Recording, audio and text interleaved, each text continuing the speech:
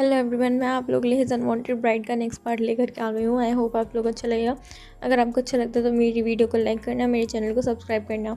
और अगर आप लोग को वीडियो जल्दी चाहिए हो तो आप लोग को एक टारगेट दे रही हूँ मैं, वो कंप्लीट करना होगा। आप लोग को मेरे 45 सब्सक्राइबर्स करने होंगे। अगर जैसे ही 45 सब्सक्राइबर्स हो जाएंगे मैं वीडियो डाल दूँगी, नहीं तो फिर आपको वीडियो 3 या 4 दिन बाद ही मिलेगा। तो चलो शुरू करते हैं।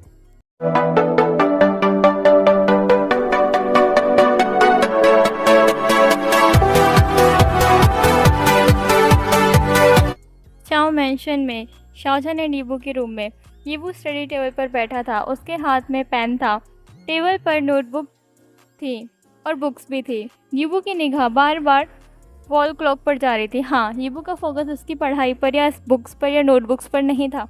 यीबू का पूरा फोकस वॉल क्लॉक पर था, जिसमें अभी 9:30 बज रहे थे। यीबू सोच रहा था, उन सभी को ट्रिप से वापस आए हुए 3 वीक्स हो चुके हैं और उन 3 वीक्स में ये पहली बार है शाओजहान इतना लेट हुआ है। नहीं तो शाओजहान जो था वो 8 बजे तक घर वापस आ जाता था। यहाँ तक कि अब वो यीबू को डेट्स पर भी लेकर जाने लगा था। मूवी डेट पर, अम्यूज़मेंट पार्क डेट पर, कभी डिनर डेट पर तो कभी लेट नाइट आइसक्रीम डेट पर। यीबू को आज भी याद है कि कैसे शाओजहान यीबू के पीछे पड़ा था डेट पर ले जाने के लिए। ये बात तब की थी जब उन्हें ट्रिप से आए हुए 4 दिन ही हुए थे। फ्लैशबैक। यीबू किचन में मॉर्निंग ब्रेकफास्ट प्रिपेयर कर रहा था। आज संडे था, इसलिए अभी सभी सो रहे थे। अभी 7:30 बज रहे थे। यीबू कुकिंग में इतना खोया हुआ था, उसे आसपास का कोई अता पता नहीं था। यीबू डर जाता है जब उसे अपनी वेस्ट पर किसी के हैंड्स फील होते हैं। लेकिन जब यीबू इनहेल करता है और उसे उसकी नोस्ट्रल्स में एक जानी पहचानी फ्रेग्रेंस आती है, तो यीबू जो था वो रिलैक्स हो जाता है। ये कोई और नहीं, उसका हस्बैंड ही है, उसका अल्फ़ा। यीबू को ये पता चल जाता है। यीबू जो था ना वो शॉक था। यीबू कहता है, जानगा, ये आप क्या कर रहे हो? ये आप इतनी सुबह सुबह कोई हमें देख लेगा किचन में। आप ये बाहर कैसे कर सकते हो? छोड़ो मुझे, ऐसा वो कहता है। लेकिन जान कहता है, आर यू सीरियस यीबू? अभी सर्वेंट्स भी नहीं जागे हैं और तुम यहाँ पर हो।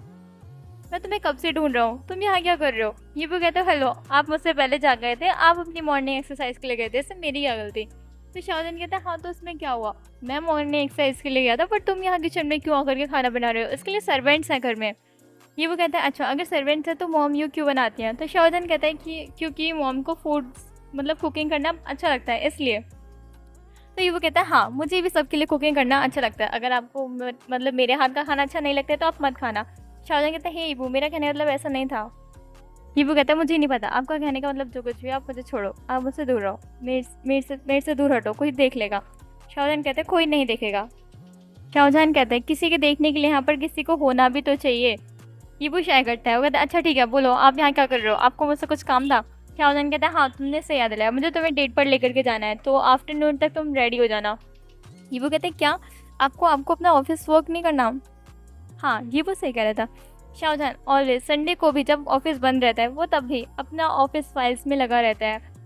कभी फाइल्स चेक करना, कभी कोई प्रेजेंटेशंस देखना, उनको प्रिपेयर करना। शाहजहां यही करता है, स्टडी रूम में बैठा रहता है पूरे दिन। बस 3 ही बार पूरे टाइम में, पूरे दिन में 3 ही बार निकलता था। 3 ही बार बाहर निकलता था। वो था खाने के लिए, कभी ब्रेकफास्ट करने के लिए, डिनर करने के लिए और लंच करने के लिए। वो बस तीन चीज़ों के लिए बाहर निकलता था। नहीं तो फिर वो स्टडी रूम में बैठा बैठा या तो फाइल्स देखता रहता है या प्रेजेंटेशन प्रिपेयर करता है, या फिर लोग अपने स्टाफ जो बेचारे संडे की छुट्टी मनाना चाहते थे उनको भी वर्क पे लगा देता कि तुम मुझे प्रेजेंटेशन प्रिपेयर करके दो, तुम्हारा ईमेल नहीं आया, तुमने ये नहीं किया, वो नहीं किया। अपने एम्प्लॉयज़ पे बिल्कुल दादागिरी झाड़ता था। ऐसा वाला टाइप इंसान, पूरे दिन, संडे वाले दिन भी एम्प्लॉयज़ को भी ना रेस्ट करने देना और ना ही खुद रेस्ट करना, ऐसा इंसान था शाहजहां। वो कह रहा है यीबू से कि तुम्हें मैं डेट पे लेकर के जाऊंगा, आफ्टरनून में तैयार है ना? तो ऑब्वियसली यीबू के लिए शौक होना तो बनता था यीबू का। यीबू कहते, जानका, और ये किडिंग में हम डेट पे जाएंगे? कहाँ, क्यों, किस लिए? शाहजहां कहते, तुम इतने क्वेश्चंस क्यों पूछ रहे हो? मैं तुम्हारे साथ डेट पे जाना चाहता हूँ, तो इसमें इतनी बड़ी बात क्या है? यीबू कहता है, बहुत बड़ी बात है। पहली बात, आप मेरे साथ डेट पे जाना चाहते हो। दूसरी बात कि आप डेट पे जाना चाहते हो, सीरियसली आप डेट पे जाना चाहते हो, वो भी मुझे लेकर के। मैं नहीं मानता। शाहजहां कहता है, कहता है कि तुम्हें मैं ही दिख रहा हूँ ना यहाँ पे, तुम्हें जाओ चेंग या फिर कोई और तो नहीं दिख रहा ना, फेंसिंग दिख रहा है क्या अब? तो ये वो कहते हैं नहीं ये तो आप ही हो, ऐसा वो कहता है। तो शाहजहान कहता है हाँ तो फिर मैं ही तुम्हें डेट पे लेके जाने के लिए पूछ रहा हूँ, तुम इतना ज़्यादा ओवर रिएक्ट क्यों कर रहे हो? ये वो कहते हैं मैं ओवर रिएक्ट नहीं कर रहा, मैं वही कह रहा हूँ जो सच है। अगर आप ये बात पूरी फैमिली से भी कहोगे ना तो तभी वो किसी को भी यकीन नहीं होगा, मतलब कि आप मुझे डेट पे लेके जाने के लिए पूछ रहे हो। शाहजहान कहता है तो इसमें बड़ी क्या बात हो गई, मैं बस डेट पे लेके जाने के लिए तो पूछ रहा हूँ। ये वो कहता है बड़ी बात यह है कि दी शाहजहान जो संडे को भी रेस्ट नहीं करता ऑफिस वर्क से, मतलब एक दिन के लिए भी ऑफ नहीं लेता, वो मुझसे कह रहा है कि वो मुझे आज डेट पे लेके जाएगा। और आपको ऐसा क्यों लगता है कि आपके साथ मैं डेट पे जाऊँगा? शाहजहान कहता है मुझे नहीं पता, तुम जाओ ना, जाओ, मतलब तुम खुद से तैयार हो या फिर मैं तुम्हें खींच के लेके जाऊँ, पर आज तुम मेरे साथ डेट पे जा रहे हो एंड दैट्स फाइनल, ये मेरा डिसीजन है। ये वो कहता है आप होते कौन हो मेरा डिसीजन लेने वाले, मैं आपके साथ डेट पे नहीं जाऊँगा। Did you get it? Shah Jahan कहता है नो आई डिडंट, ऐसा वो कहता है। और अपना जो मतलब फेस था ना वो यीबू की नेक में रख देता है। अभी भी शाहजहान ने जो था ना वो यीबू को बैक हक कर रखा था। वो आपस में बात कर ही रहे होते कि तभी उन्हें पीछे से एक आवाज़ आती है। ये आवाज़ किसी और की नहीं, मिसेस शाओ की थी। मिसेस शाओ वो कहती हैं शाहजहान यीबू तुम यहाँ? यीबू एंड शाहजहान जो थे वो जल्दी से अलग हो जाते हैं। शाहजहान कहते हैं हाँ माँ वो मैं पानी के लिए पानी लेने के लिए आया था, ऐसे कहता है। और पानी की बोतल जो थी जो कि खाली थी, प्रॉपर खाली थी, वो उसे वहाँ से मतलब उसका बोतल ओपन करता है और पानी पीते हुए चला जाता है। वैसे शाहजहान को देख रही थी लेकिन जैसे कि शाहजहान के सर पे सिंगों का है। वहीं जो यीबू था वो कहता है मॉम फूड कुक हो गया, ऐसे क्या कह रहे, वो जो फूड था ना उसे उतारने लगता है गैस पर से, जो कि अभी आधा पका हुआ था, वो पूरा पका हुआ नहीं था, वो कच्चा था। मिसेस शाह कहते हैं यीबू क्या इरादा है तुम्हारा, आज हमें खाना कच्चा खिलाने का? यीबू कहते हैं मतलब? वो कहते हैं वो देखो फूड अभी पका नहीं आ। यीबू कहते हैं सॉरी मॉम सॉरी, वो मेरा ध्यान, वो कहते हैं तुम्हारे हस्बैंड पर जो था, वैसा कहती हैं और स्मग करते हैं। यीबू कहते हैं ऐसा कुछ नहीं है मॉम, ऐसा वो कहते हैं। और जल्दी से जो था ना किचन से चला जाता है, कहते हैं मॉम ये आप देख लेना, मैं फ्रेशनअप होके आता हूँ। तो मैडम यूँ कहती है एक सेकंड तुम फ्रेशनअप होके नहीं आई? वो देखते हैं वो पूरा प्रॉपर फ्रेशनअप होकर के आया हुआ है। वो कहते हैं नो मॉम वो मुझे गर्मी लग रही है ना, इसलिए मैं दोबारा से फ्रेशनअप होने जा रहा हूँ, ऐसा करके वहाँ से भाग जाता है। ये वो जब किचन से निकलता है तो उसे पीछे से ना मतलब एक फेंट सी चक्कर की आवाज़ आती है, जो कि किसी और की नहीं मिसेस शाह की थी। मिसेस शाह जो थी ना वो किचन में खड़े खड़े चक्कर कर रही थी, मतलब हंस रही थी। उनको बहुत हंसी आ रही थी शाहजहान की और यीबू की ऐसी हालत देख करके। वो सोचते हैं आज की ये ताज़ा मतलब जो खबर है, गॉसिप जो है, वो सभी को पहुँचानी पड़ेगी। वही अभी जो टाइम था 9 बज रहे, मतलब 8:30 बज रहे थे। सभी के सभी मतलब 8 बज रहे थे। सभी के सभी जो लोग थे ना वो किचन मतलब डाइनिंग रूम में डिनर मतलब ब्रेकफास्ट करने के लिए आ चुके थे। वहीं सभी लोग जो थे अपने अपने टेबल पे मतलब अपनी अपनी चेयर पे बैठ गए थे। सभी के लिए फूड सर्व कर दिया गया था, सभी खा रहे थे बैठ करके। तभी फेंशिंग कहता है वाओ मुझे नहीं पता था, चलो थैंक गॉड, मतलब फेंशिंग कहता है कि थैंक गॉड आज हमें खाना पूरा पका हुआ मिला है। मैंगजी कहती है हाँ, और ध्यान मुझे वो बोतल देना जिससे तुम पानी पी रहे थे, जिसमें पानी ना होकर के भी तुम्हें पानी फील होता है। जरा मैं भी तो देखूँ वैसी कौन सी जादुई बोतल है जैसे तुम्हें पानी पी लेते हो बिना पानी के। तो शाहजहान और यीबू जो थे ना वो खाना खा रहे थे ना, वो खाना उनके गले में ही अटक जाता है। वो दोनों के दोनों होते हैं ना कफ करने लगते हैं। वो कहते हैं वो जो दोनों के दोनों होते हैं सीधा मैडम यू की तरफ देखते हैं, नहीं मुझे शाह की तरफ देखता है। शाहजहान कहते हैं मॉम आपने सबको बता दिया। यीबू कहते हैं दैट्स नॉट फेयर मॉम, आपको ऐसा नहीं करना चाहिए था।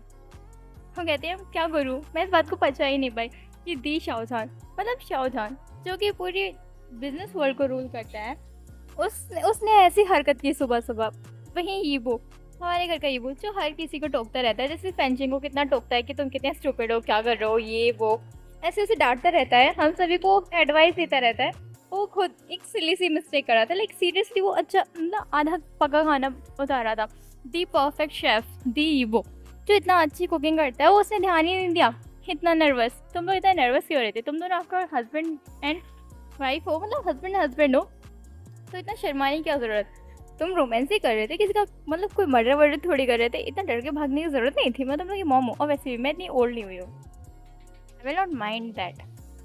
यीबू एंड शाहजहान वो दोनों एक दूसरे से नज़र भी नहीं मिला पा रहे थे। अभी दोनों के दोनों शांति से फूड खा रहे थे, मतलब फूड को फिनिश कर रहे थे, खा कम रहे थे, जल्दी जल्दी खा रहे थे।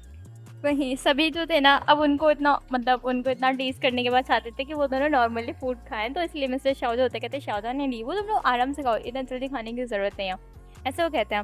वो यीबू एंड शाहजहान जो थे ना वो भी थोड़ा रिलैक्स होकर खाने लगते क्योंकि सभी जो थे ना अब उन्हें घूर के नहीं देख रहे थे, तो वो थोड़ा रिलैक्स फील करते और आराम से खाने लगता है। शाहजहान वो यीबू से कहता है वो अभी यीबू से विस्पर करते हुए कह रहा था, यीबू तुम्हें आज मेरे साथ डेट पर चलना है। और यीबू जो था ना वो शाहजहान को विस्पर बैक करते हुए कहता है, नहीं मैं नहीं जाऊँगा, मैंने कहा ना, तुम मुझे फोर्स नहीं कर सकते। शाहजहान कहता है कि मैं लेके जाऊँगा, तुम मानो ना मानो।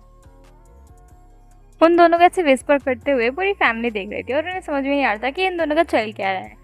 तो जो शायली होती है वो कहती है, क्या हुआ अजान, तुम दोनों ऐसे क्या बात कर रहे हो, क्या कुछ इम्पोर्टेंट है?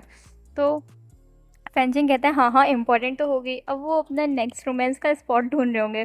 मैंगजी जो थी ना ये सुनकर के बहुत ज़ोर से हंसने लगती है। वहीं शाहजहान वो ना फेंची को एक ग्लेयर देता है, वो कहता है तुम्हारा ना बहुत हो चुका है, शांत हो जाओ वरना फिर सोच लेना मैं तुम्हारा बहुत बुरा हंसल करूँगा।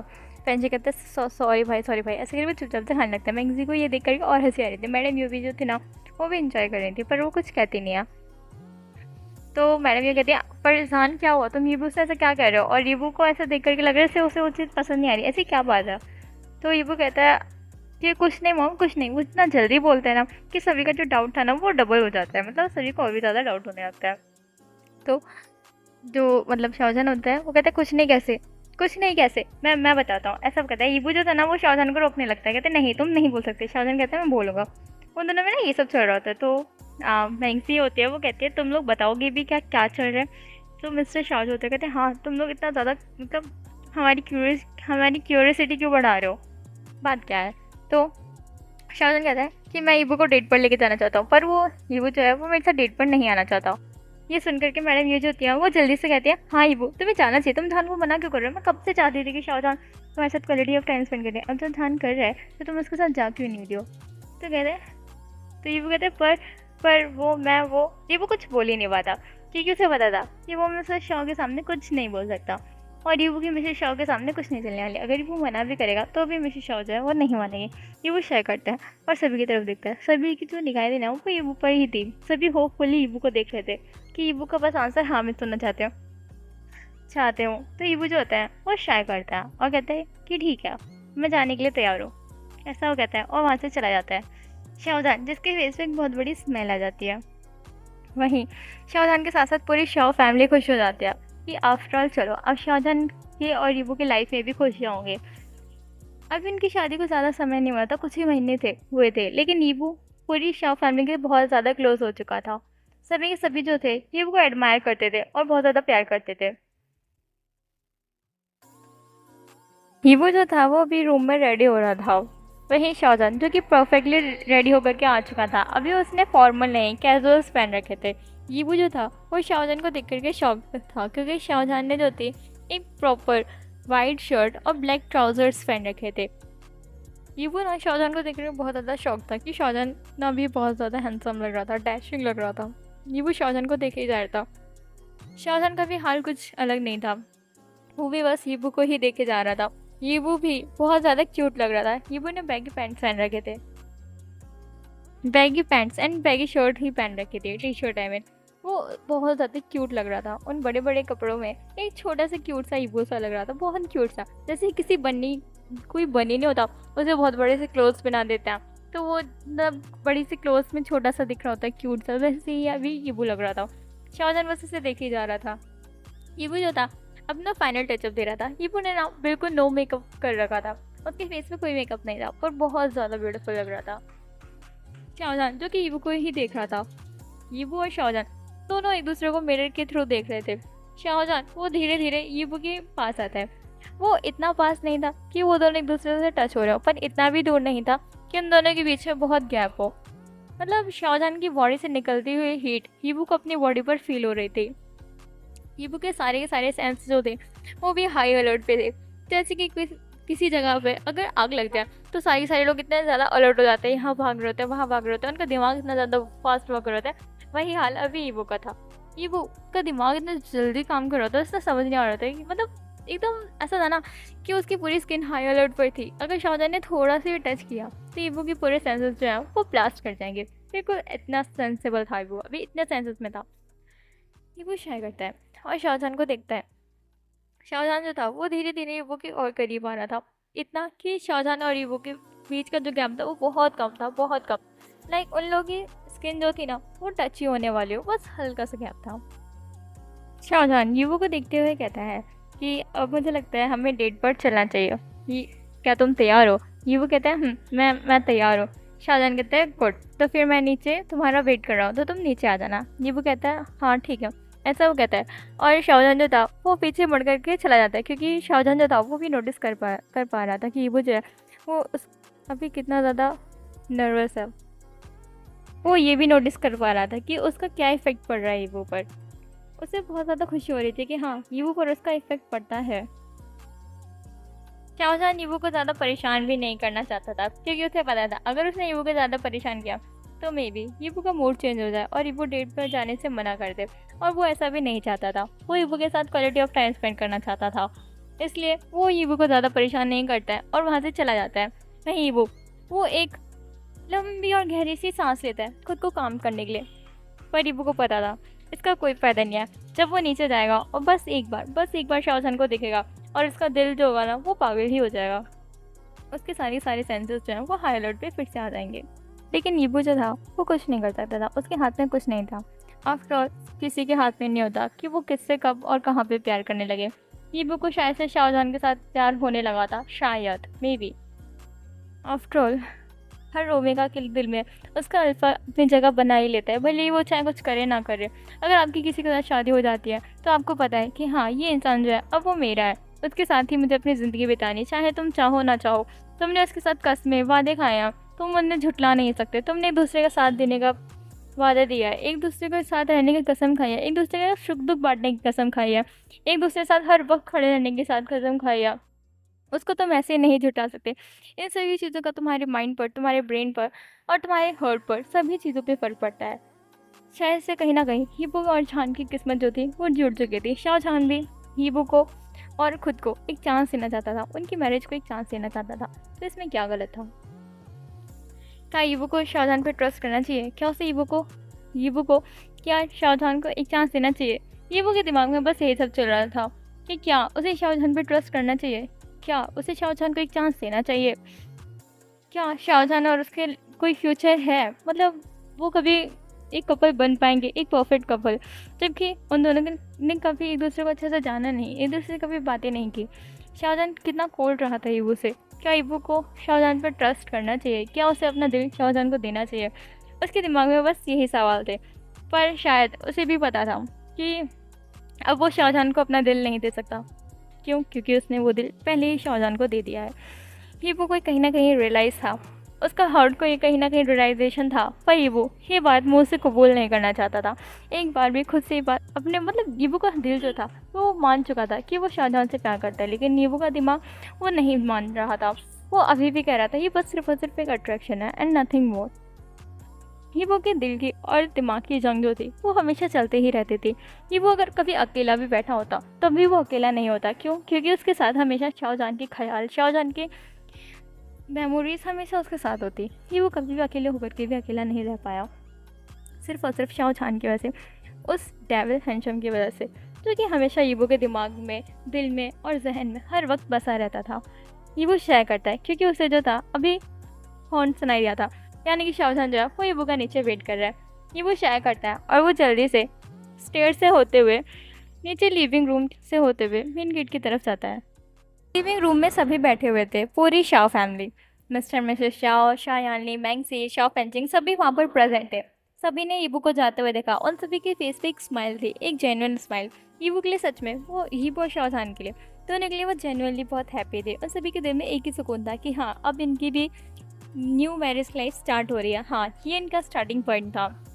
शाहजहान और यीबू की मैरिज में भी, मैरिज के बाद से शाहजहान ने कभी भी यीबू को इतना समय नहीं दिया था, पर आज पहली बार शाहजहान ने यीबू को इतना समय देने का, मतलब वो कोशिश कर रहा था और शायद वो कामयाब होगा एक दिन। शायद यीबू और उसका एक फ्यूचर होगा। सभी के दिल में सुकून था कि शाहजहान जो है वो भी पास्ट को लेकर के नहीं बैठा हुआ है, वो फ्यूचर के साथ आगे बढ़ने की कोशिश कर रहे हैं, वो अपनी लाइफ को एक और चांस देने की कोशिश कर रहे हैं। यीबू जब बाहर पहुंचता है तो वो देखता है कि वहाँ पर शाहजहान किसी कार में नहीं, वो एक बाइक पर था। वो बाइक जो थी वो थी BMW M1000 RR। ये मोस्ट एक्सपेंसिव बाइक्स में से एक थी। सुपर बाइक्स जो होती हैं वो मतलब बहुत ज़्यादा महंगी होती हैं, उन्हीं में से एक ये भी थी। इसकी वर्थ जो थी वो 36,000 to 40,000 थी डॉलर्स में। मतलब समझ लो ये बहुत ज़्यादा एक्सपेंसिव थी, मोस्ट एक्सपेंसिव। यीबू जो था उसको देख करके बहुत ज़्यादा शौक था। मतलब यीबू की ना ये ड्रीम बाइक थी। शाहजहान जब यीबू का मुंह ऐसा देखता है जो कि मतलब शौक था, शाहजहान के फेस पे स्मक आ जाता है। शाहजहान ने अभी जो था वो हेलमेट लगा रखा था। शाहजहान यीबू से कहता है कि तुम्हें बाइक पे बैठना आता है ना, तो तुम खड़ी क्यों, आके बैठो। यीबू कहता है ये बाइक। शाहजहान कहता है हाँ तो। यीबू कहता है तुम्हें बाइक चलानी आती है। शाहजहान कहता है तुम्हें क्या लगा मुझे बाइक चलानी नहीं आती है। यीबू कहते हैं मैंने तो तुम्हें हमेशा कार चलाते हुए देखा, मैंने कभी तुम्हें बाइक के साथ नहीं देखा। शाहजहान कहते हैं तो अब देखने की आदत डाल दो, क्योंकि मुझे बाइक्स अच्छे लगते हैं और मुझे पता चला तुम्हारे ब्रदर से कि तुम्हें बाइक्स अच्छी लगती हैं, तो मैंने सोचा क्यों ना तुम्हें बाइक पर राइड दिलाई जाए। यीबू कहते हैं तुमने मेरे ब्रदर से पूछा। शाहजहान कहता है ऑब्वियसली जब मैंने डिसाइड किया कि मैं तुम्हें अपने साथ डेट पर लेकर के जाने वाला हूँ, तो मैंने तुम्हारे ब्रदर से पहले पूछा कि तुम्हें क्या पसंद है क्या नहीं, कहाँ जाना पसंद है कहाँ नहीं, क्या खाना पसंद है क्या नहीं, तुम्हारी सारी डिटेल्स ली। तो तभी मुझे हाइकन गाने बताया कि मुझे तुम्हें ना सबसे पहले मतलब बाइक पे लेकर के जाना चाहिए, कि तुम्हारी बाइक्स जो हैं वो फेवरेट हैं। तो मैंने बस अपनी वाली बाइक निकाल दी, तुम्हें घुमाऊँगा आज इसी पे। ये वो कहते हैं क्या सच है, क्या मैं इसे चला सकता हूँ। शाहजहान कहता है आज नहीं कभी और, ऐसा वो कहता है और ईवो को बैठने के लिए कहता है। हीबू जो था वो पाउट करता है और कहता है कि ठीक है, वो ऐसे कहता है और बैठ जाता है शाहजहान के पीछे। शाहजहान जो होता है यूबू को बैठने से पहले मतलब उसने जो था ना यूबू को हेलमेट पहनाया और कहा अब तुम बैठो। यूबू जो था वो पीछे बैठ जाता है। वो भी उसने ना शाहजहान के बीच में और खुद के बीच में थोड़ा सा गैप रखा हुआ था। शाहजहान कहता है ये गैप किसके लिए छोड़ा है। यूबू कहता है मतलब शाहजहान कहता है थोड़ा पास आके बैठो, मैं बहुत तेज चलाने वाला हूँ। यूबू कहता है नो वे, तुम और फास्ट, तुम कभी फास्ट चला ही नहीं सकते, तुम हमेशा कार भी कितना स्लोली चलाते हो, मतलब एक परफेक्ट स्पीड में, कभी भी तुम फास्ट नहीं चलाते हो। तो ये सुन करके ना शाहजहान कहता है ठीक है देखता हूँ, ऐसा वो कहता है। और कहता है फिर मुझसे मत कहना कि मैंने बहुत तेज चलाई, ऐसा वो कहता है। और उसने बाइक स्टार्ट की थी, वो भी बहुत ज़्यादा स्पीड से। ईबू जो था उसे बहुत बड़ा झटका लगता है और वो सीधा शाहजहान के बैक से हिट करता है। ईबू कहता है इतना जोर से तो मैं स्टार्ट करने की क्या जरूरत थी। शाहजहान कहता है इट वॉज योर चॉइस, मैंने तुमसे पहले कहा था यह बाइक बहुत तेज़ चलाता हूँ, ऐसा वो कहता है। और वो बहुत ज़्यादा स्पीड में चला रहा था। शाहजहान ने एक्सपेक्ट किया था कि ईबू चिल्लाएगा या ईबू डरेगा, पर नहीं, ईबू को इतनी स्पीड से कोई फर्क नहीं पड़ रहा था। जैसे कि ईबू सच में मतलब ईबू को स्पीड से फ़र्क ही ना पड़ रहा, जैसे कि वो इतनी स्पीड पे नॉर्मली चलाता हो या किसी को चलाते हुए देखा हो या किसी के साथ ऐसे बैठा हो इतनी स्पीड में। शाहजहान कहता है क्या आपने बाइक चलाना आता है, तो ईबू कहता है मे बी, ऐसा वो कहता है और स्मोक करता है हेलमेट के अंदर से। शाहजहान जो था ना वो अपने शोल्डर के पीछे से ईबू का स्मोक फील कर सकता था। शाहजहान जो है वो शाय करता है। बैक टू प्रेजेंट, ईबू के फेस पर ना एक स्माइल थे। ये वो सोचता है कि ऐसे ही वो ना जाने कितने डेट्स पर गए, एक दूसरे के साथ कितना एंजॉय किया। ये वो की जो थॉट्स की ट्रेन थी वो जब टूटती है जब उसे क्लिक की आवाज़ सुनाई देती है, यानी कि जो मतलब जो था ना मतलब डोर जो था वो ओपन हो चुका था। जो डोर से भी एंटर हुआ था वो कोई और नहीं शाहजहान था। शाहजहान जब यूवो को देखता है और कहता है कि क्या हुआ तुम इतनी देर तक जाग क्यों रहे हो। यूवो कहता है वो मैं कॉलेज की पढ़ाई कर रहा था, मैं ऐसे अपनी पढ़ाई नहीं छोड़ सकता ना इसलिए। शाहजहान कहता है डोंट वरी, मैं तुम्हारा एडमिशन यहीं पे करवा दूंगा। यूवो कहते हैं नो वे, मैं अभी जो वो ओपन से कर रहा हूँ, मेरे फ्रेंड्स के पेरेंट्स जो हैं उन्होंने बात कर लिया और मैं जो अभी कॉलेज ओपन से करूँगा, जब मुझे बस एग्ज़ाम देने के लिए जाने की ज़रूरत पड़ेगी, तो तुम्हें इतना वरीड होने की ज़रूरत नहीं है। और वैसे भी मैं यहाँ पे नहीं रहने वाला। ये वो जो होता है ना, ये लास्ट पार्ट जो था उसने धीरे से बोला था, पर शाहजहान ने जो था ना वो लास्ट पार्ट सुन लिया था। तो शाहजहान कहता है कि डोंट अब मतलब ड्रीम ऑन, मैं तुम्हें नहीं जाने दूंगा, तुम यहीं पर मेरे साथ रहोगे और ये बात मान लो, जितनी जल्दी मान लोगे तुम्हारे लिए उतना ही सही होगा। शाहजहान ऐसा कह करके जो था ना वो मतलब फ्रेशन अप होने के लिए चला जाता है। वहीं ईबू जो कि रूम से उठता है और बाहर चला जाता है। शाहजहान जब फ्रेशन अप होकर के आता है तो वो देखता है कि ईबू जो है उसने मतलब टेबल जो है वो सेट कर दिया, यानी कि उन लोग जो था खाना वो गर्म करके लेकर के आ चुका है और उनके लिए खाना जो था ना वो टेबल पे सेट कर चुका है। शाहजहान कहता है क्या तुमने खाना तैयार कर दिया। ईबू कहता है तो शाहजहान कहता है ठीक है चलो खाना खाते हैं, ऐसे कहता है और ईबू का हाथ पकड़ता है और ईबू को अपने पास बिठाता है। ईबू जो था ना वो दूसरी साइड बैठने वाला था, यानी कि शाहजहान के फ्रंट में, लेकिन शाहजहान को ये बिल्कुल भी मंजूर नहीं। वो चाहता था कि ईबू जो है उसके पास बैठे, उसके साथ बैठे। शाहजहान जो था वो ईबू के लिए फूड सर्व करता है और खुद के लिए सर्व करता है। दोनों के दोनों जो थे ना वो शांति से सब खाना खा रहे थे। शाहजहान के फेस पे एक मतलब रिलैक्स था, वो पूरे दिन की जो थकान थी ना वो जा चुकी थी। एक तो उसने बहुत अच्छे से फ्रेशन अप मतलब शावर लेकर के आया था और ईबू अभी उसके पास बैठा हुआ था, उसे बहुत अच्छा लग रहा था ईबू के साथ बैठे हुए और खाना खाते हुए। शाहजहान शायद ये डेली चाहता है, इस चीज़ को वो कभी मिस नहीं करना चाहता। उससे बहुत अच्छा लगता है कि जब भी वो मतलब ऑफिस से लेट आता है, तो ये वो उसके लिए वेट कर रहा होता है, उसके लिए फूड हीट करके लेकर के आता है और उसको उसके लिए फूड सर्व करता है। तो शाहजहान को बहुत अच्छा लगता है जब भी वो उसके लिए वेट करता है। शाहजहान को लगता है कि हाँ, उसका कोई है जो घर पे वेट कर रहा है। शाहजहान का घर आने का जल्दी मन करता है, पर आज इतना ज़्यादा वर्क था कि शाहजहान उसे इग्नोर नहीं कर सकता था।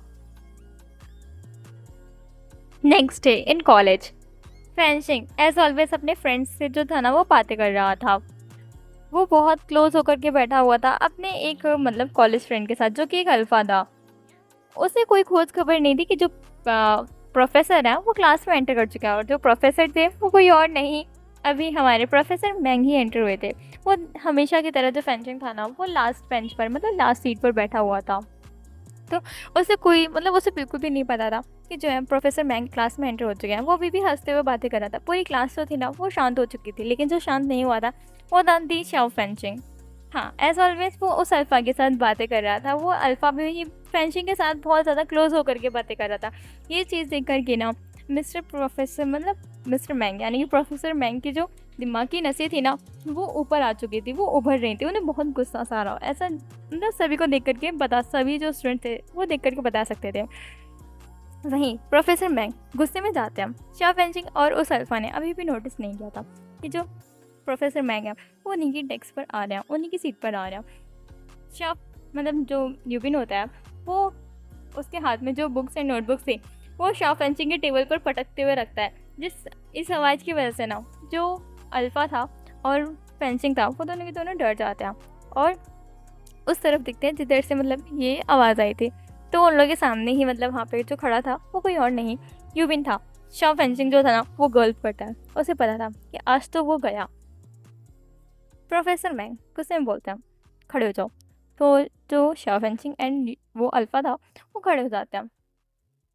शाओ फैंशिंग कहता है ये क्या हो रहा है, तुम लोग को भी पढ़ना चाहिए था, पर तुम लोग पढ़ाई छोड़ कर सब कुछ कर रहे हो, क्या मैं जान सकता हूँ ये क्या हो रहा है यहाँ पर।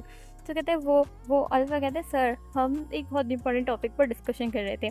मिस्टर मैंग कहते हैं अच्छा तो क्या मैं जान सकता हूँ वो इंपॉर्टेंट टॉपिक क्या था।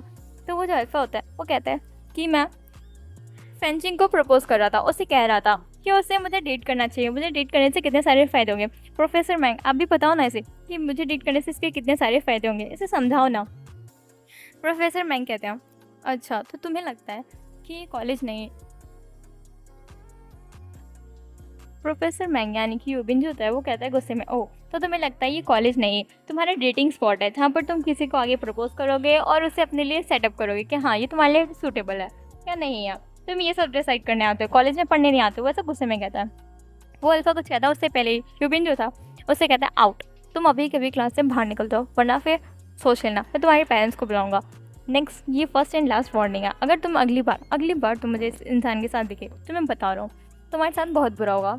ऐसा वो कहता है। वो जो अल्फ़ा था ना वो शांति से वहाँ से निकल जाता है। वहीं यूबिन जो था वो अब शाओ फैंशिंग को देख रहा होता है। फैंशिंग जो था ना वो अभी भी गॉल्फ कर रहा था, उसे बहुत ज़्यादा डर लग रहा था यूबिन से। शाओ फैंशिंग कहता है सर वो मैं वो। यूबिन कहता है शट अप और तुम आगे आकर के बैठोगे और सारी क्लासेस ख़त्म होने के बाद तुम मेरे ऑफिस में आओगे वरना देख लेना। वो ऐसा कहता है और जाकर के पढ़ाने लगता है। शाओ फैंशिंग जो होता है मुँह बनाता है और जाकर के फ्रंट डेस्क पर बैठ जाता है शांति से और वो नोट्स लेने लगता है, मतलब नोट्स बनाने लगता है। उसका किसी सब्जेक्ट के नोट्स बने हो या ना बने हो, पर मैथ्स के यानी कि मैथ्स के प्रोफेसर मैंग के उनके नोट्स कंप्लीट रहते थे। एक पेज एक लाइन एक वर्ड मिसिंग नहीं होता था। सारे वर्ड्स एंड लाइन्स को वो परफेक्टली एंड सेफली उसमें हैंडल करके लिखता था।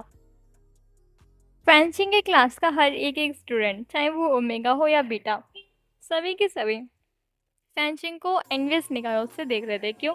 क्योंकि फैंशिंग एक लौता स्टूडेंट था जिससे प्रोफेसर मैंग की जो ऑफिस था उसमें एंटर करने का मौका मिलता था, चाहे वो पनिशमेंट की वजह से हो या उसकी मर्जी से।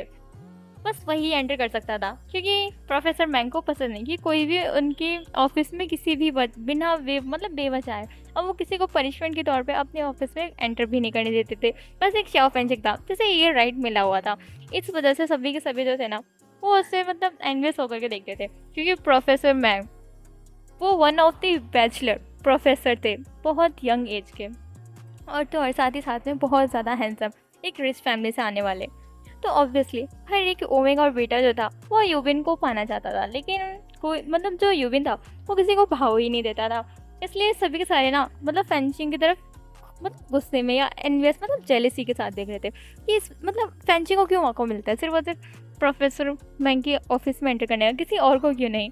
तो घूर के देख रहे होते हैं सारे सारे। और ये चीज़ ना फेंचिंग को फील हो रही थी और फेंचिंग जो था ना वो स्मोक कर रहा होता।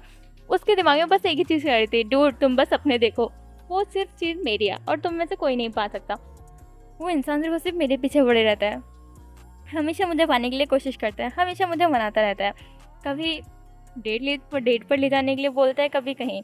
हाँ, जब से वो वहाँ से वापस आए थे तब से शाओ फेंचिंग जो था वो यूबिन को मना कर करके थक चुका था कि वो उसे डेट नहीं करना चाहता। पर यूबिन जो था वो शाओ फेंचिंग के पीछे पड़ा हुआ था। वो हर मतलब कभी शाओ मेंशन पहुँचा था तो कभी कुछ, वो हमेशा शाओ फेंचिंग के आसपास ही रहता था। यूबिन बस शाओ फेंचिंग को मतलब खुद को डेट करने के लिए मनाना चाहता था। वो काफ़ी बार जो था ना शाओ फेंचिंग को डेट पर भी लेकर के गया था। काफ़ी बार उसने शाओ फेंचिंग को कॉलेज में ना जा मतलब कॉलेज बंक करवाया था। हाँ, खुद यूबिन ने शाओ फेंचिंग को कॉलेज बंक करवाया था खुद के साथ डेट पर ले जाने के लिए सिर्फ और सिर्फ।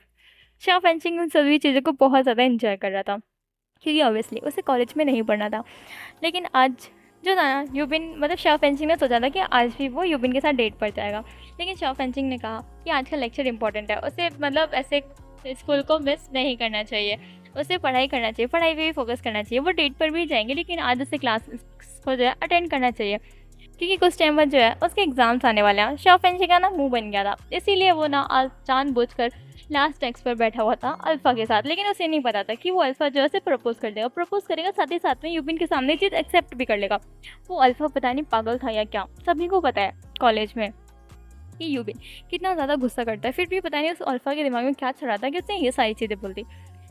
शाओ फेंचिंग जो होता वो शाय करता है, वहीं यूबिन जो कि पूरे टाइम लेक्चर देते हुए उसके पूरे टाइम ना निगाहें जो थी ना वो फेंचिंग पर ही थी, उसे घूर के देख रहा था।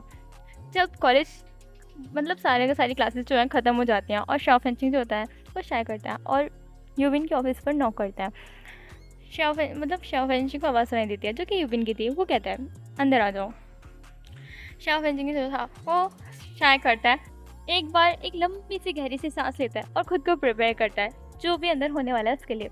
वो अंदर एंटर करता ही है कि तब तक किसी ने उसका मतलब हाथ पकड़ के खींच करके उसे वॉल पे पिन कर दिया था और गेट को जो था ना लॉक कर दिया था। तो ना शाओ फेंचिंग जिसकी सांस ही अटक जाती है, उसे पता था कि ऐसा ही कुछ होने वाला है, फिर भी वो खुद को प्रिपेयर कर रहा था, फिर भी वो खुद को प्रिपेयर नहीं कर पाया था। आखिरकार एज अनएक्सपेक्टेड वही हुआ, उसकी सांस आज फिर से अटक चुकी थी। उसने सोचा था कि ऐसा कुछ नहीं होने देगा, वो खुद को वर्डलेस नहीं होने देगा, पर अब उसके पास कोई शब्द नहीं थे कुछ बोलने के लिए। यूबिन की वो ईगल सी आईज सिर्फ और सिर्फ शाओ फेंचिंग पर ही थी। शाओ फेंचिंग जो कि इधर उधर देखने की कोशिश कर रहा था, पूरे ऑफिस में उसके निगाहें घूम रही थी, पर वो यूबिन पर एक सेकंड के लिए नहीं ठहर रही थी। यूबिन जो कि एक हाथ से शाओ फेंचिंग के चिन को पकड़ता है और उसे अपनी तरफ करते हुए कहता है, मुझे देखो आशिंग, क्या हुआ, तुम मुझे देख क्यों नहीं रहे हो, तुम मुझसे नजरें क्यों नहीं मिला रहे हो, क्या बात है, तुम क्या मुझसे डर गए। शाओ फेंचिंग कहता है इन योर ड्रीम्स, मैं तुमसे नहीं डरता तुमसे, ऐसा वो कह रहा होता है। उसके शब्द जो थे वो साफ साफ और क्लियरली नहीं निकल रहे थे, वो शब्दों को तोड़ तोड़ के बोल रहा था, मतलब स्टर करते हुए बोल रहा था। उससे शब्द मतलब प्रॉपरली निकल ही नहीं रहे थे, वो प्रॉपरली कोई बात बोल ही नहीं पा रहा था, जिस वजह से वो शाय करता है। और उसको समझ चुका था कि अब वो कुछ नहीं कर सकता, वो खुद को सरेंडर कर देता है यूबिन की बाहों में। यूबिन जिसके फेस पे स्मक आ जाता है, वो कहता है, माय लिटिल बेबी, तुम्हें इतना डरने की ज़रूरत नहीं है, मैं तुम्हें कभी भी पनिशमेंट नहीं दूंगा, डोंट वरी, मैं तो बस तुम्हारे साथ क्वालिटी ऑफ टाइम स्पेंड करना चाहता था, इसलिए मैंने तुम्हें यहाँ बुलाया। तुम्हें पता है मैं कभी भी तुम्हें पनिशमेंट नहीं देता, फिर तुम इतना डर क्यों रहे हो। शाओ फेंचिंग कहता है, पर तुम कहते हो कि डिसिप्लिन होना ज़रूरी है और तुम हमेशा प्रोफेशनल रहते हो। तो यूबिन कहता है, वो दूसरों के लिए, तुम्हारे लिए नहीं। तो मैं पैम्पर करूँगा, तुम्हें मैं स्पॉइल करूँगा, जितना चाहे उतना, मैं तुम्हें कभी भी कोई पनिशमेंट नहीं दूंगा, चाहे तुम कितनी भी शरारतें कर लो, डोंट वरी। मैंने कहा ना तुमसे, तुम मेरे सोन टू बी हस्बैंड हो, मेरे वाइफ हो, तो मैं तुम्हें परेशान क्यों करूँगा, मैं तुम्हें पनिशमेंट क्यों दूंगा। वो कहता है और उसकी फेस पे स्मेल आ जाती है और वो शाओ फेंचिंग का हाथ पकड़ता है और कहता है, आओ बैठो, हम बैठ के बहुत सारी बातें करेंगे और मैं तुम्हें मैथ्स सिखाऊंगा, तुम्हें आज पढ़ना होगा, तुम्हारे एग्जाम स्टार्ट होने वाले हैं कुछ टाइम बाद। फेंचिंग जो होता है वो शाय करता है और वो पढ़ने बैठ जाता है। उसका पढ़ाई पर तो नहीं, पूरा फोकस जो था वो यूबिन पर था। चाओ मेंशन में फेंचिंग जो था ना वो ईबू से कंप्लेन कर रहा था प्रोफेसर मैंग की। यानी कि उसके मैथ्स के प्रोफेसर, यानी कि उसके बॉयफ्रेंड की। हाँ, वो दोनों बॉयफ्रेंड से एक दूसरे को डेट कर रहे थे, तो मतलब बॉयफ्रेंड्स ही थे। शाओ फेंचिंग ये बात बोलता नहीं था, पर ये बात थी, वो दोनों एक दूसरे को डेट कर रहे थे, ऑब्वियसली एक दूसरे के बॉयफ्रेंड थे, ये बुक अच्छे से पता था। पर शाओ फेंचिंग जो था वो चीज़ एक्सेप्ट नहीं करना चाहता था, क्योंकि उसे अच्छा लग रहा था कैसे यूबिन उसको पैम्पर कर रहा है, कैसे उसके सारे नखरे उठा रहा है, कैसे उसके पीछे पड़ रहा है, कैसे उसे मना रहा है कि वो उसे डेट करे, उसे अपना बॉयफ्रेंड बना ले। इन सब चीज़ों को फेंचिंग जो था ना बहुत ज़्यादा एंजॉय कर रहा था। ट्रिप से आकर के ना फेंचिंग ने यूबू को सारी की सारी बातें बता दी थी कि कैसे मतलब यूबी ने जो था उसे रूम में प्रपोज किया था, और सारी की सारी बातें। आफ्टर ऑल यूबू और फेंचिंग जो थे अब दोनों के दोनों बेस्ट फ्रेंड्स थे, तो ऑब्वियसली फेंचिंग को अपनी सारी बातें तो यूबू के साथ शेयर करनी ही थी। तो बस वही हुआ था। यूबू बहुत ज़्यादा खुश था कि शाओ फेंचिंग और यूबिन का की मतलब जो है लव लाइफ भी अब लाइन पर आ रही है, सभी की लाइफ जो है हैप्पीली चल रही है। मैंगजी और यानली वो दोनों भी एक दूसरे के साथ खुश थे, सब कुछ सही ही चल रहा था। लेकिन बातें करते हुए शाओ फेंचिंग ने ध्यान नहीं दिया, और उसने जो था ना एक स्टेप मिस कर दिया, जिसकी वजह से वो गिरने वाला था। यीबू ने जब देखा कि शाओ फेंचिंग गिरने वाला है, तो उसने ना जल्दी से फेंचिंग का हाथ पकड़ने के लिए आगे बढ़ा। शाओ फेंचिंग ने भी यीबू का हाथ पकड़ना चाहा, जिस वजह से यीबू का भी बैलेंस बिगड़ गया, और उसने शाओ फेंचिंग को तो नहीं बचा पाया, पर वो शाओ फेंचिंग के ऊपर ही गिरने लगा। दोनों के दोनों गिरते गिरते स्टेयर से सारे के सारे नीचे ज़मीन पर आ चुके थे। पूरी फैमिली ने ये चीज़ देख ली थी, और सभी के सभी भाग करके उन दोनों के पास आते हैं। यीबू जो था ना अभी फेंचिंग के ऊपर पड़ा हुआ था, वहीं फेंचिंग का जो हाथ था वो फेंचिंग के नीचे था, और उसके मतलब उसका हाथ जो था ना वो दबा हुआ था। वहीं यीबू का पैर जो था ना वो एक अलग ही पोजीशन में ट्विस्ट हो रखा था। दोनों के दोनों जो होते ना एक अजीब सी पोजीशन में पड़े हुए थे। पूरी फैमिली जो थी ना वो यीबू और फेंचिंग के पास आती है। मिसेस शाओ जो थी वो जल्दी से यीबू को उठाती हैं और यीबू को चेक करने लगते हैं कि यीबू को कहीं चोट तो नहीं लगे। वहीं फेंचिंग जो कि नीचे पड़ा हुआ था वो कहता है कोई मुझे भी तो देखो यार भाई, मतलब मैं नीचे गिरा हुआ था, यीबू मेरे ऊपर गिरा हुआ था, उसे इतनी चोट नहीं लगी होगी जितनी मुझे लगी है गाइस, मतलब कोई तो देखो यार, मेरे को चोट लगी हुई है। वैसे कहता है, उसकी आंखों में जैसे आंसू ही आ गए हो। वो फ्रस्ट्रेट था कि भाई उसके किसी को पड़ी नहीं, उसकी खुद की फैमिली को नहीं पड़ी। वहीं मिस्टर शाह वो गुस्से में कहता है सारी की सारी गलती तुम्हारी है, तुम्हारी वजह से हुआ है। शाओ जान उसने भी सब कुछ देख लिया था, वो भी यूबू को चेक कर रहा था। वो यूबू को अपनी बाहों में उठाता है और उसे वहाँ से लेकर के जल्दी से रूम में लेकर के चला जाता है। पूरी फैमिली होती है वहीं जाने लगती है उसके पीछे, शाओ के पीछे। वहीं मैंगसी वो फेंचिंग के उठने में मदद करती है। फेंचिंग कहता है एक आप ही हो मैंगसी दीदी जिससे मेरी पड़ी नहीं, तो इस घर में किसी को मेरी कोई परवाह ही नहीं है, ऐसा वो कहता है। और मतलब एक शाय करता है, फ्रस्ट्रेटेड शाय। मैंगसी जो थी वो कहती है गलती तुम्हारी है, तुम्हें ध्यान से चलना चाहिए था, ऐसे क्या बातें कर रहे थे जो तुमने एक बार भी देखा नहीं। फेंचिंग कहता है मैं तो बस मैं कहती हूँ ठीक है अब बहाने मत दो, चलो जल्दी डॉक्टर को। यानी कहती है मैं डॉक्टर को कॉल करती हूँ, ऐसा वो कहती है और वो डॉक्टर को कॉल करती है। वहीं यीबू और फेंचिंग दोनों को ना शाओ जान और यीबू के रूम में पहुंचाया हुआ था। दोनों बेड पे बैठे हुए थे। सभी ना अभी पूरी फैमिली जो थी ना वो यीबू को ज़्यादा केयर कर रही थी, और फेंचिंग को मतलब सभी देख रहे थे पर इतना नहीं। फेंचिंग ना कंप्लेन कर रहा था बस लेटे कि मतलब मेरी किसी को पड़ी है या नहीं भाई, मुझे भी चोट लगी है। वहीं मिसेस शाओ कभी यीबू को कुछ खिला रही है, कभी कुछ तो कभी कुछ। डॉक्टर को आने में आधा घंटा लगने वाला था। तब तक शाओ जान वो यीबू का हाथ पकड़ के बैठा हुआ था। मिस्टर शाओ वो यीबू से बार पूछ रहे थे यीबू तुम्हें कहीं दर्द तो नहीं हो रहा है, यीबू कोई प्रॉब्लम तो नहीं है। यानली वो भी यीबू से कह रही थी यीबू डॉक्टर बहुत जल्दी आने वाले हैं, तुम परेशान मत होना। मैंगजी वो फेंचिंग के पास बैठी हुई थी क्योंकि उसे पता था फेंचिंग को भी किसी की केयर की ज़रूरत है, तो वो फेंचिंग को फ्रूट्स खिला रही थी।